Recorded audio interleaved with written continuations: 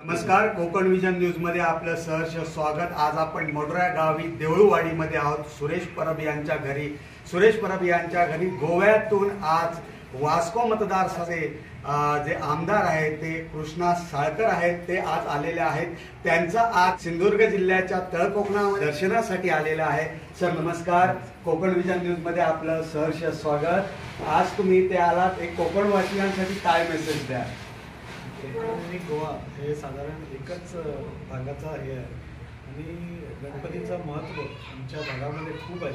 म्हणजे गोव्यामध्ये असू दे, महाराष्ट्रामध्ये असू दे, मला कोकण पूर्ण बेल्टामध्ये गणपती म्हणजे 11 दिवस राहू दे, म्हणजे 7 दिवस 9 दिवस 1.5 दिवस एक सर्व कुटुंब एकत्र येतात। एकत्र येऊन जेव्हा कुठलीही चीज आम्ही साजरी करतो त्याचं महत्त्व खूप वाढतं आणि बरं वाटतं की या निमित्ताने तरी सगळे कुटुंब एक कुठे कुठे असतात, बाहेरगावी असतात, कामाच्या निमित्ताने कुठे कुठे जात असतात। ते सगळं कुटुंब ह्या गणपतीच्या निमित्तानं सगळं एकत्र येऊन एकत्र एक कुटुंब असं आम्ही गणपती मनवतो आणि त्याचं वैशिष्ट्यच हे आहे। त्याकरता मला खूप आनंद होतो। आमचा कार्यकर्ता सुरेश परब हे वास्कोमध्ये राहतात, त्यांच्या कामानिमित्त गाव इकडे आहे। सो बरं वाटतं त्यांच्या घरी मी वारंवार येतो गणपतीच्या निमित्तानं। चांगली लोकमान्य टिळकांनी हे सगळ्यात मोठा उत्सव म्हणून पुण्यामध्ये पहिल्यांदा हे केला की त्या काळामध्ये स्वातंत्र्याच्या काळासाठी स्वातंत्र्याला गरज होती लोकांची एकरूपताने किंवा एकोपाने येऊन एका जागेवर त्यांच्यामध्ये त्या भावना निर्माण व्हायच्या स्वातंत्र्याविषयी, त्याबद्दल काढली। तसं तुमचंही काम वास्कोमध्ये खूप मोठं आहे, खूप मोठं नाव आहे।